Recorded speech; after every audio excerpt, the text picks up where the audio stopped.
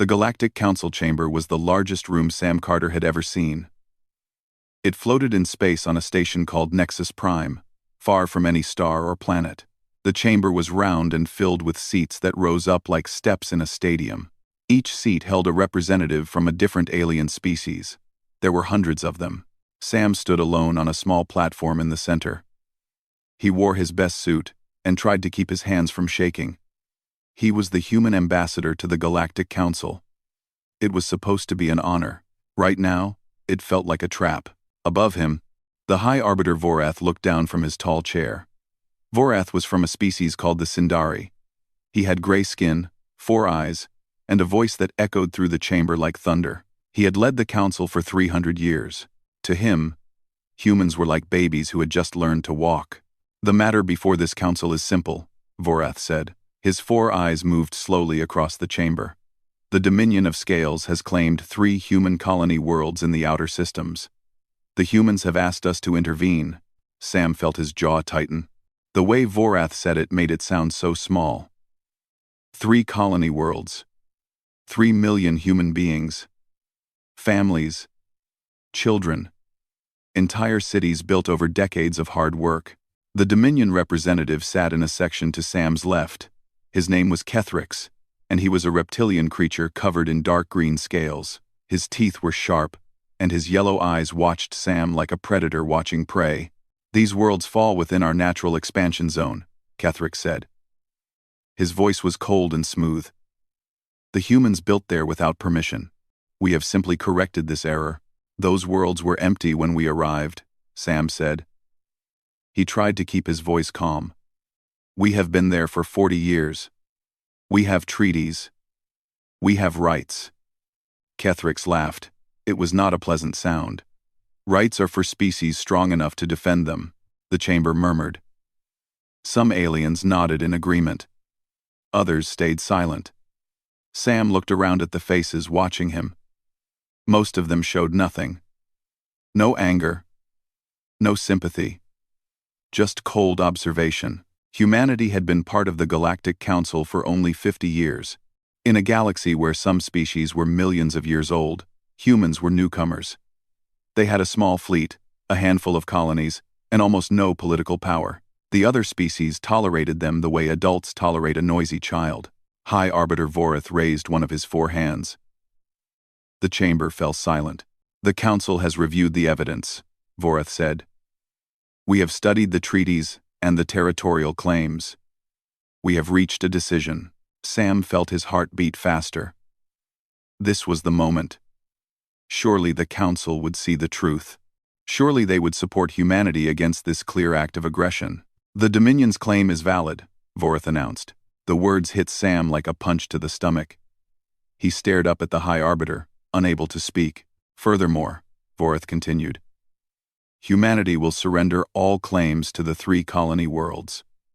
Humanity will pay tribute to the Dominion for the next 50 cycles, as compensation for the inconvenience.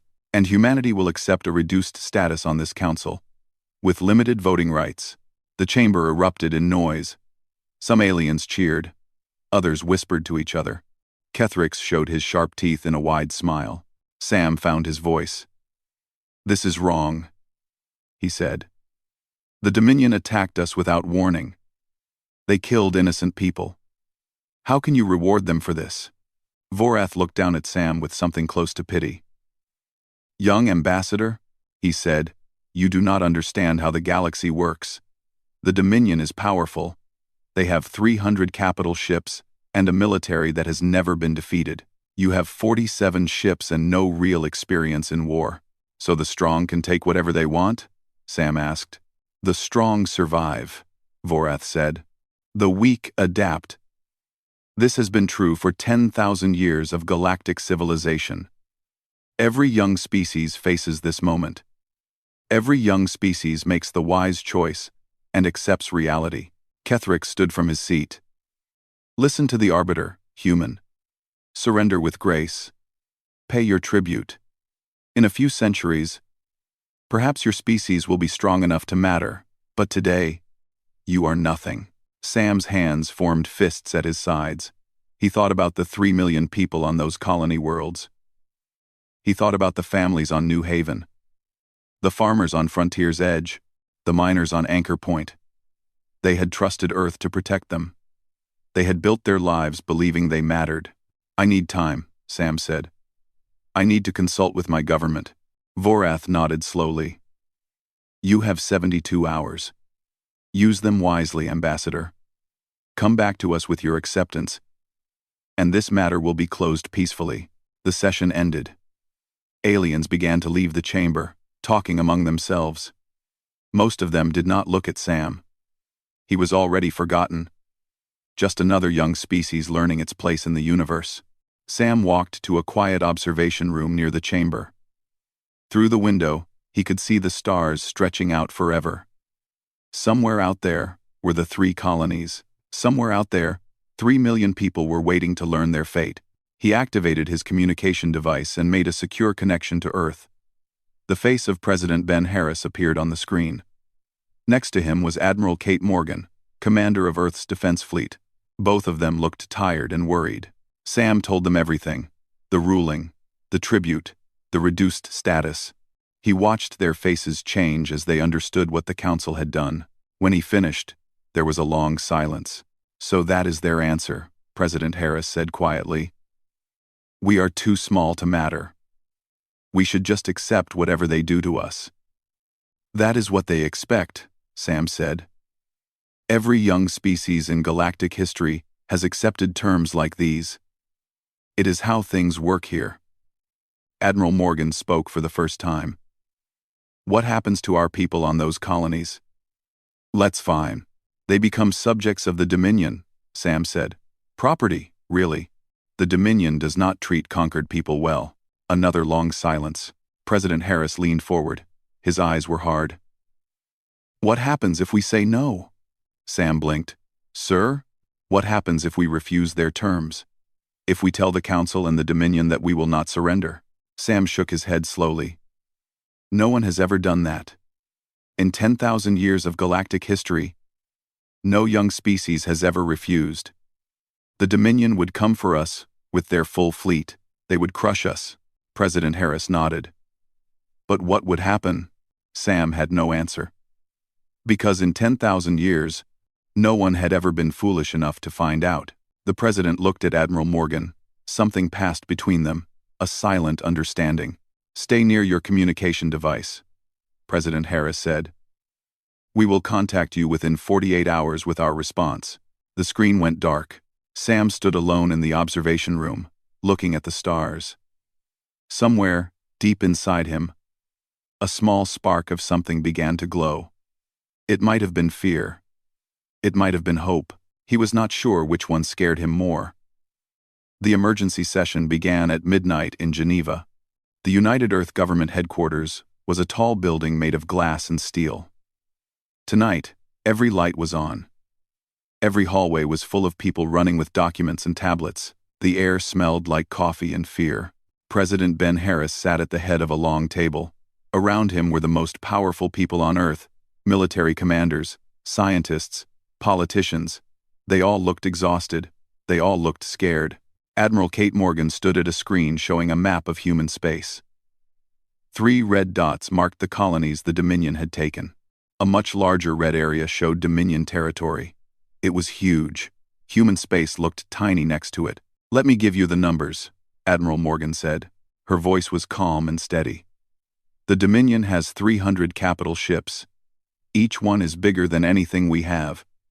They have millions of soldiers. Their technology is hundreds of years more advanced than ours." She paused and looked around the table. "We have 47 ships. We have never fought a real war in space. If we fight them directly, we will lose. That is not opinion. That is math." The room was silent. People stared at the map like they were looking at their own graves. A young woman at the end of the table raised her hand. Her name was Grace Lynn. She was the chief military strategist, known for finding solutions to impossible problems. "May I speak?" she asked. President Harris nodded. Grace stood up. She was small and thin, but her eyes were sharp. "Admiral Morgan is correct. We cannot win a direct fight. But that is not the only way to fight a war." She touched the screen, and the map changed. Now it showed the Dominion supply lines, communication stations, and fuel depots. The Dominion is big, Grace said. That is their strength. But it is also their weakness. They have to move supplies across hundreds of light years. They have to protect thousands of targets. They are used to enemies who stand still and wait to be crushed. She looked at President Harris. What if we do not stand still? What if we make them bleed for every inch? What if we make this war so painful that they wish they had never started it? Admiral Morgan frowned. We would still lose in the end. Maybe, Grace said. But we would make them pay a price so high that other species would see it. A price so high that the Dominion would think twice before attacking anyone else. The room began to murmur. People were whispering to each other. Some looked hopeful. Others looked doubtful. President Harris held up his hand for silence. Before we talk about how to fight, we need to decide if we should fight at all. He looked around the table. I want to hear from everyone. What do our people want? A communication officer spoke up. Sir, the news leaked 2 hours ago. The council's decision is everywhere. And there are protests in every major city, but they are not demanding surrender. The officer swallowed. They are demanding war. President Harris leaned back in his chair. Show me. The screen changed again. Now it showed feeds from cities around the world. In New York, thousands of people filled the streets, holding signs that said no surrender and bring our people home. In Tokyo, crowds chanted outside government buildings. In Lagos, in Mumbai, in London, in 100 other cities, the same scene repeated. People were not crying. They were not begging. They were angry. A video played from New Haven Colony, recorded before the Dominion cut communications. A woman stood in front of the camera. She was holding a small child. Behind her, smoke rose from burning buildings. We know you are watching, the woman said. Her voice shook, but she did not look away. We know the council told you to give up on us. But we are still here. We are still fighting. Please do not abandon us. We are your people too. The video ended. The room was completely silent. President Harris closed his eyes for a moment. When he opened them, they were wet. That woman, he said quietly. That child. 3 million people like them. The council says they are not worth fighting for. The Dominion says they belong to them now. He stood up from his chair. I became president because I promised to protect our people. All of our people. Not just the ones who are easy to protect. Not just the ones who live in safe places. He looked around the table. If we accept these terms, we tell the galaxy that human lives do not matter. We tell every bully out there that they can take whatever they want from us. We tell our own children that we will sell them to save ourselves. Admiral Morgan spoke carefully. Sir, the cost will be terrible. We will lose ships. We will lose soldiers. We might lose everything. I know, President Harris said. But some things are worth losing everything for. Grace Lynn nodded slowly. If we fight smart, we can hurt them badly. We can make them regret this. And maybe, just maybe, we can change how the galaxy sees us. President Harris looked at each person at the table. I am going to call for a vote. This is not my decision alone. It belongs to all of us. He took a deep breath. All in favor of rejecting the council's terms and declaring war on the Dominion, raise your hand. For a moment, no one moved. Then Admiral Morgan raised her hand. Then Grace Lynn. Then the communication officer, and the science advisor, and the economic minister. One by one, every hand in the room went up. The vote was unanimous. President Harris nodded. There was no smile on his face. Only determination. Then it is decided. We fight. He walked to a small recording studio next to the conference room. A camera waited for him. A red light blinked on, and his face appeared on screens across the planet. My fellow humans, he said. Tonight, I speak to you not as your president, but as one of you. A father, A brother. A son. Someone who loves this world. And everyone on it. He paused. The Galactic Council has ruled against us. They have told us to abandon 3 million of our people to slavery. They have told us to pay tribute to the very creatures who attacked us. They have told us to accept that we are weak, that we do not matter, that we should be grateful for whatever scraps they allow us. His voice grew stronger. I have a different answer. We decline their terms. We will not abandon our people. We will not bow to bullies. We will fight. The red light kept blinking. Across the world, people stopped what they were doing to watch. I will not lie to you. This war will be hard. We will suffer losses. Some of us will not survive. But I believe in us. I believe in what we are. I believe that 3 million human lives are worth fighting for, even if the whole galaxy says they are not. He leaned toward the camera. To the Dominion, I say this. You made a mistake. You thought we would be easy. You thought we would kneel. You were wrong. We are coming for our people, and we will never stop until they are free. The recording ended. In Geneva, the room was quiet.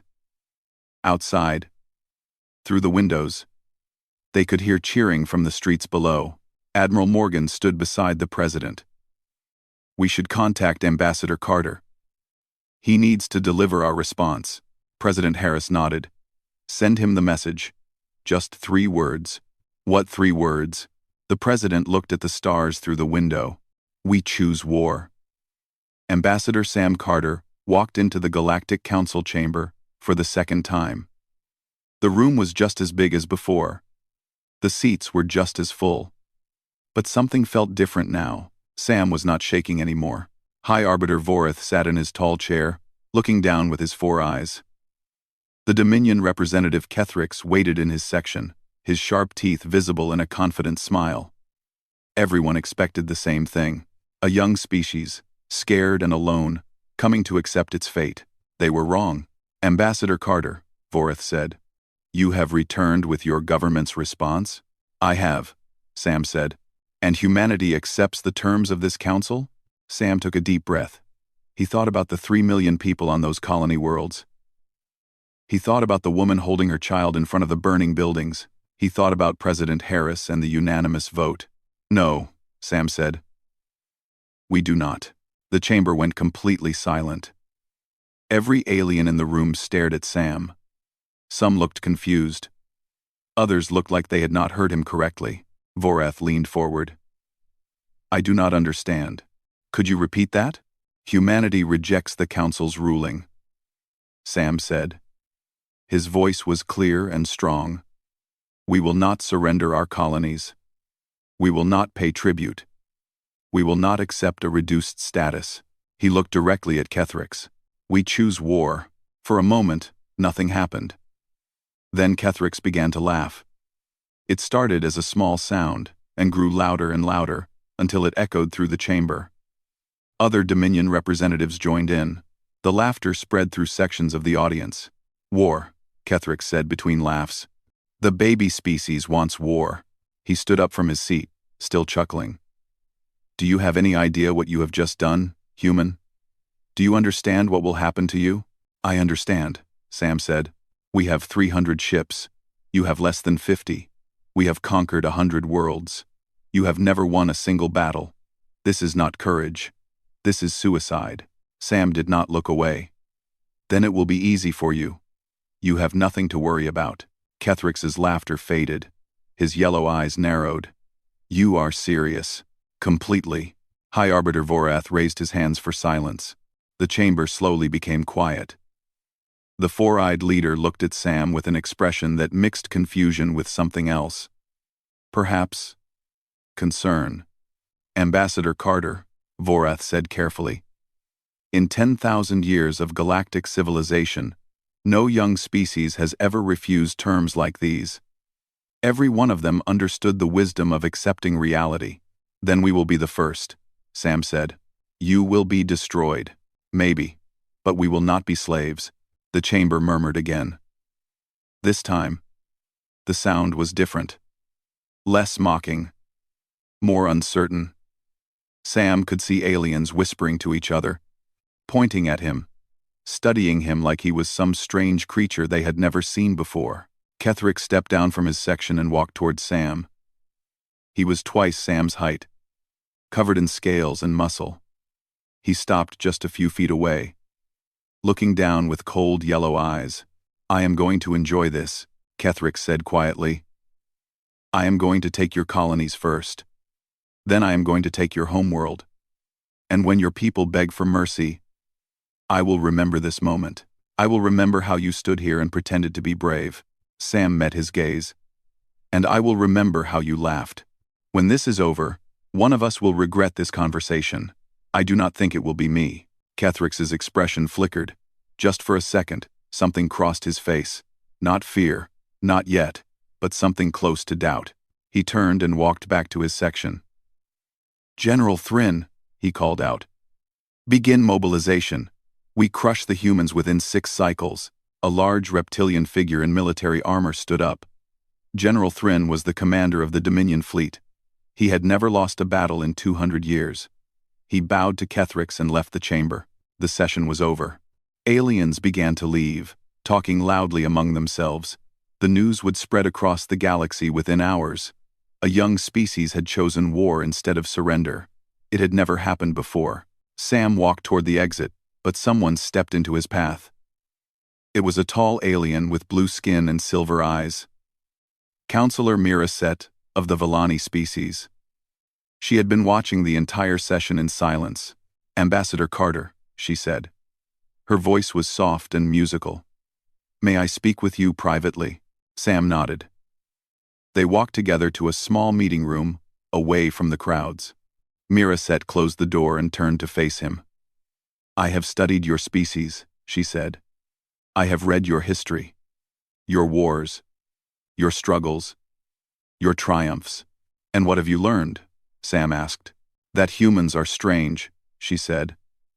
"You fight wars you cannot win. You refuse to accept defeat, even when defeat is certain.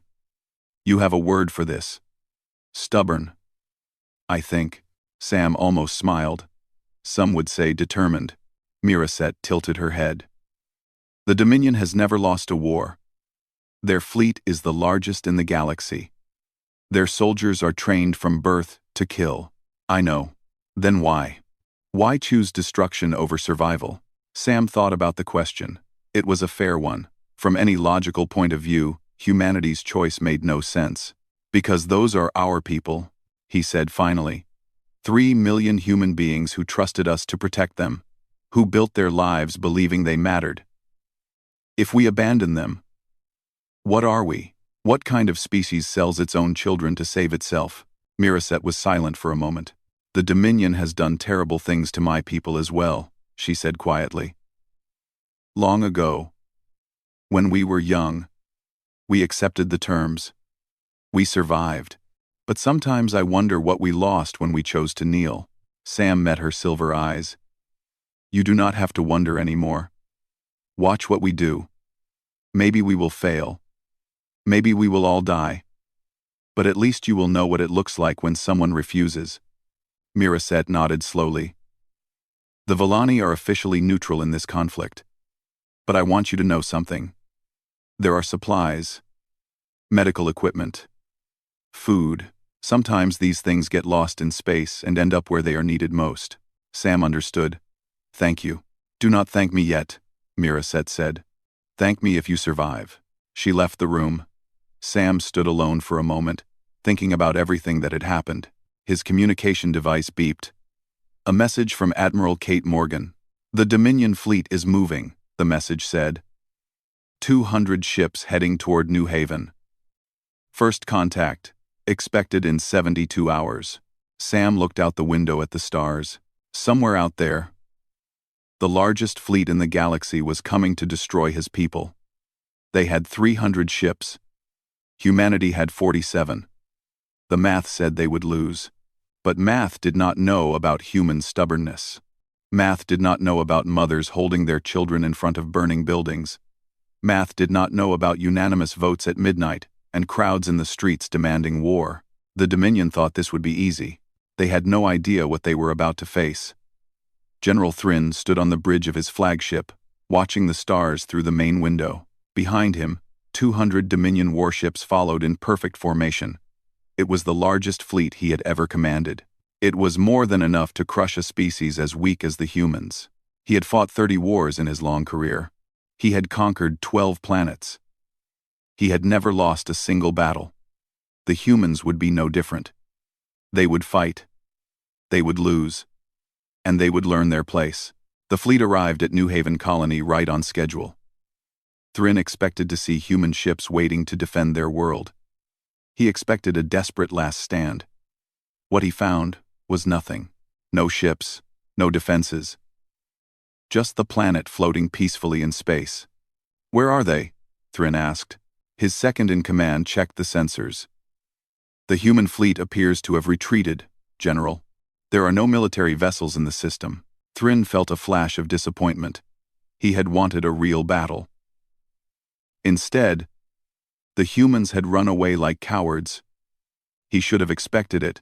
"Send landing forces to the planet," he ordered. "Secure the cities. Round up the colonists for processing." Transport ships launched from the fleet and descended toward New Haven. Thryn watched them go, already thinking about the next target. This was going to be easier than he thought. The first reports came back within an hour. The cities were empty. The colonists were gone. Every man, woman, and child had been evacuated before the fleet arrived. "They left everything behind," the ground commander reported. His voice sounded confused. "The buildings are intact. The factories are still working. But there are no people." Thryn frowned. "Search everywhere. They must be hiding." More reports came in. The search teams found strange things. Buildings rigged with explosives. Underground tunnels filled with traps. Robots that attacked without warning. One team found a message painted on a wall in huge letters. "Welcome to New Haven. Good luck." The explosions started at sunset. A fuel depot went up first, destroying 3 landing ships and 200 soldiers. Then a factory exploded, killing 50 more. Then another building, and another. The colonists had turned their own planet into a trap. By morning, Thryn had lost 2,000 soldiers. He had not captured a single human. "General," his communications officer said nervously, "we are receiving reports from our supply convoy." "What reports?" "They are under attack. Human ships appeared from behind a moon and destroyed 4 cargo vessels before disappearing." Thryn slammed his fist against his chair. "How many human ships?" "Only 7, General, but they were fast. Our escorts could not catch them." 7 ships. 7 tiny ships had destroyed 4 of his cargo vessels and vanished into space. It was insulting. "Find them," Thryn ordered. "Hunt them down." But the human ships would not be found. Commander Ryan Brooks led the strike force from his ship, the USS Defiance. They hit fast and ran faster.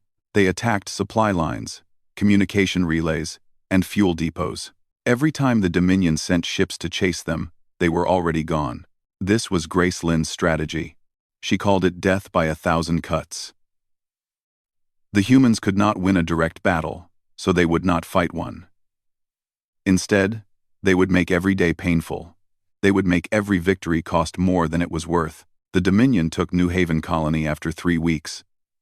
But they lost 47 ships and 20,000 soldiers doing it. They found empty cities, ruined factories, and messages everywhere. Some were funny, some were rude. All of them made the same point. "We will never stop fighting." Frontier's Edge was worse. The colonists there had more time to prepare. They collapsed mines on Dominion troops. They poisoned water supplies. They fought in the forests and mountains with weapons made from farming tools. It took 2 months to secure the colony. The Dominion lost 30 more ships and another 15,000 soldiers. By the time they reached Anchor Point, the 3rd and final colony, the Dominion fleet was exhausted. Supplies were low. Morale was lower.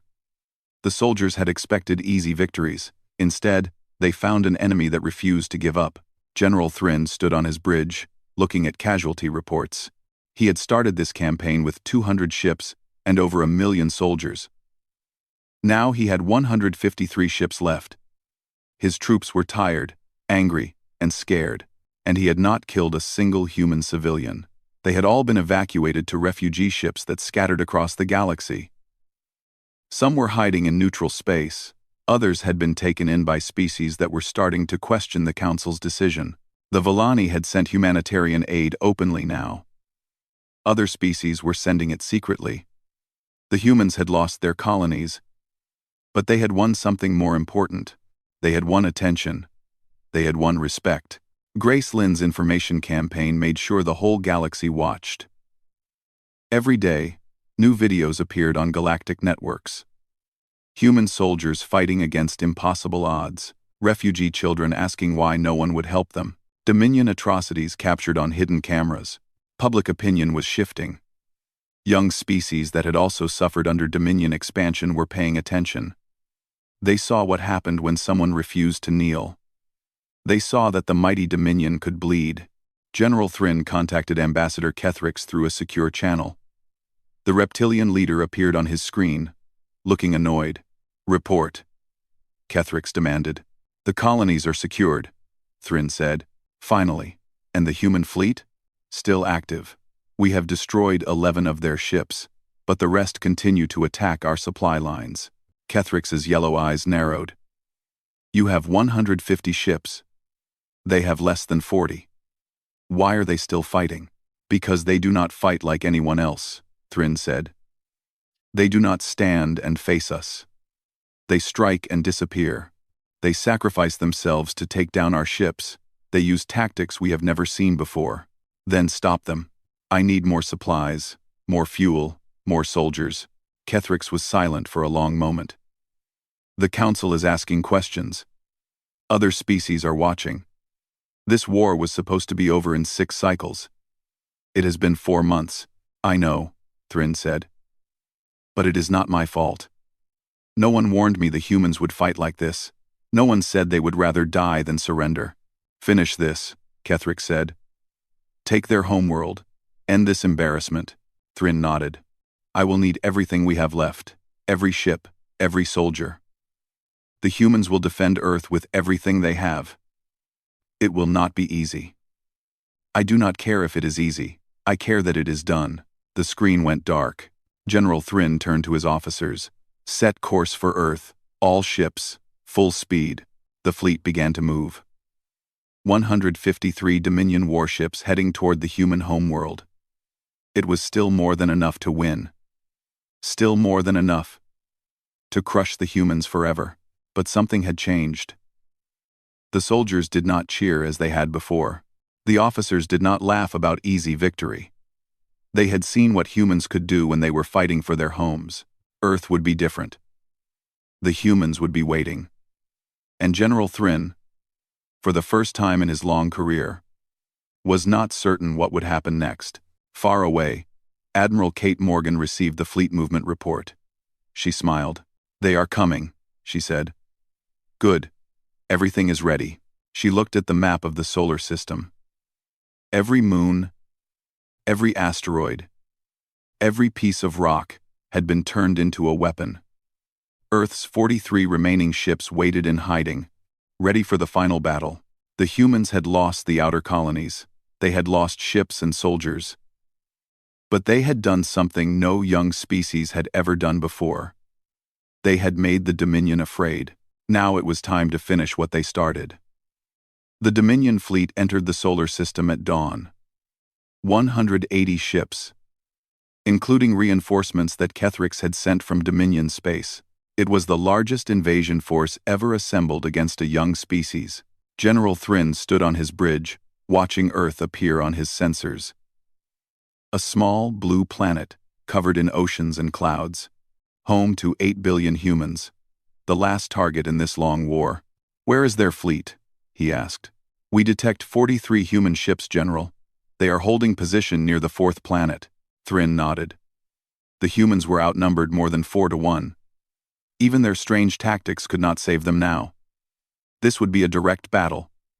Ship against ship. The Dominion would win. But as the fleet moved deeper into the system, Warnings began to appear on every screen. Mines, thousands of them, hidden among the asteroids. The lead ships exploded before anyone understood what was happening. 6 Dominion vessels destroyed in the first minute. Evasive action, Thryn ordered. All ships, reduce speed. The fleet slowed down. They picked their way carefully through the asteroid belt, destroying mines as they found them. But for every mine they destroyed, 2 more appeared. The humans had turned the entire outer system into a maze of death. It took 6 hours to cross the asteroid belt. By the time they reached the inner system, Thryn had lost 18 ships. 18 ships to weapons that were not even alive. It was humiliating. "General," his sensor officer said, "I am detecting weapons platforms on several moons. Surface batteries, missile launchers. Destroy them." The fleet opened fire on Jupiter's moons, on Saturn's rings, on every rock large enough to hide a weapon. The humans had been busy. They had turned their entire solar system into a fortress. Admiral Kate Morgan watched the battle from her command center on Earth's moon. Next to her, Grace Lynn studied the tactical display. "They are through the outer defenses," Grace said.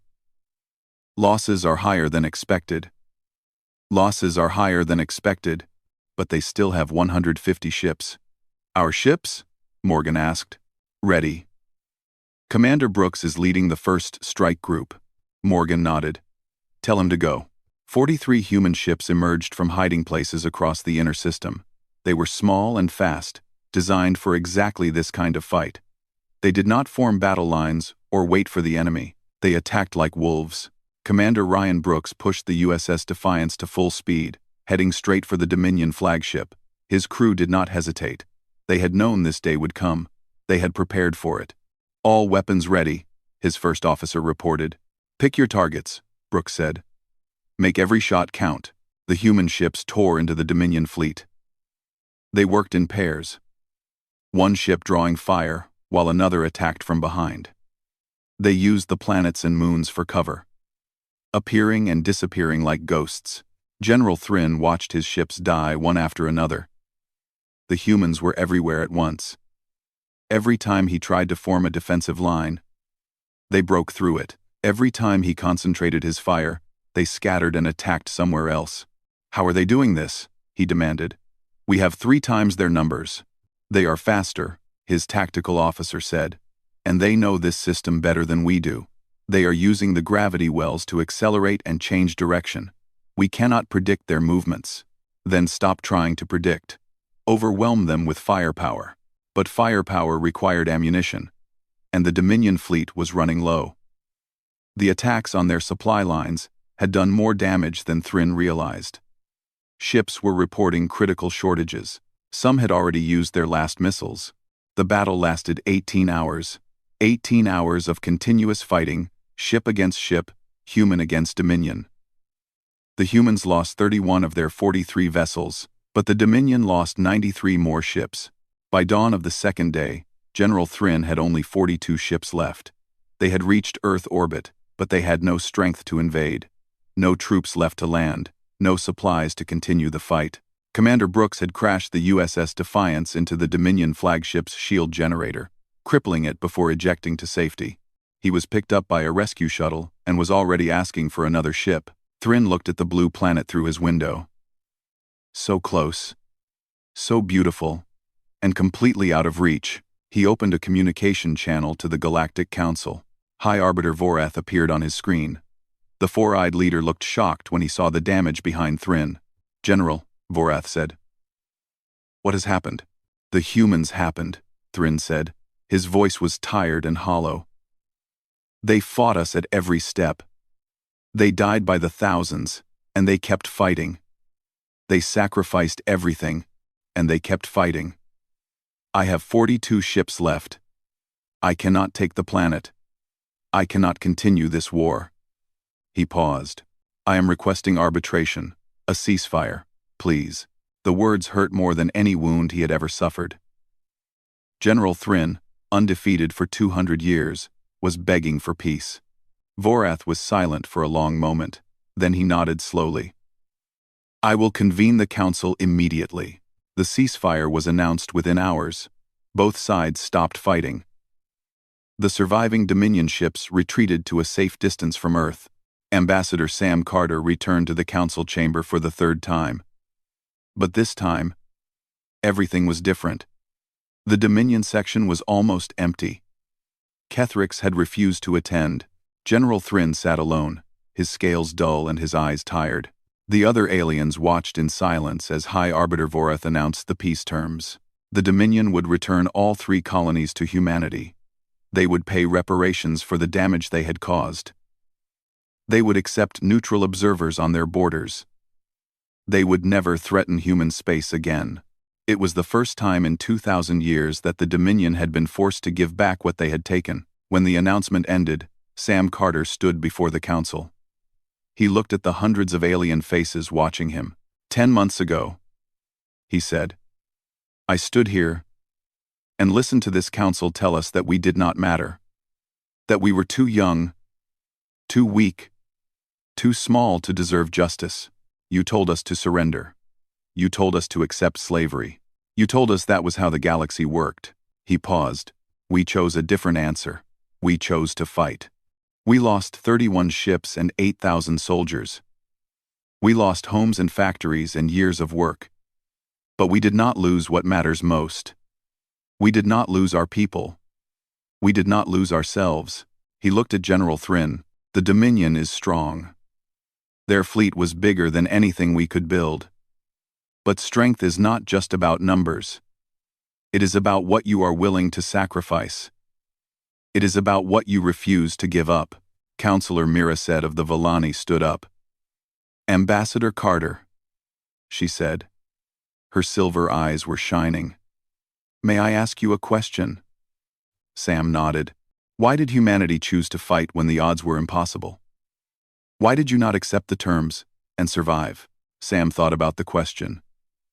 He thought about President Harris and Admiral Morgan. He thought about Commander Brooks crashing his ship into the enemy flagship. He thought about the woman on New Haven holding her child. Because those were our people, he said simply. And we do not leave our people behind.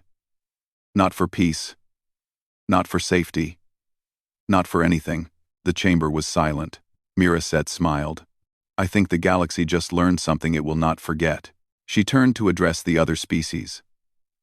For too long, we have accepted that the strong can do whatever they want. We have bowed to bullies, because that was easier than fighting. We have sold our dignity for survival. She pointed at Sam. The humans showed us a different way. They showed us that courage matters, that sacrifice matters, that standing up for what is right, even when you cannot win, changes everything. Other representatives began to stand. The Villani, the young species, the ones who had suffered under Dominion expansion. They looked at Sam with something new in their eyes. Not pity. Not confusion. Respect. Outside the chamber, the galaxy was already changing. Species that had been quiet for centuries were asking questions. Why do we accept this? What would happen if we said no? What would happen if we were more like the humans? Ambassador Sam Carter walked out of the council chamber and looked at the stars.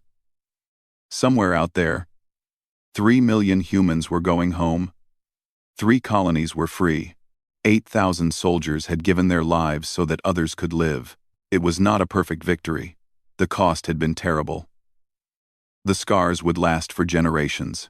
But humanity had done something that no young species had ever done before. They had stood up when everyone told them to kneel. They had fought when everyone told them to surrender. They had won when everyone told them it was impossible, and the galaxy would never see them the same way again.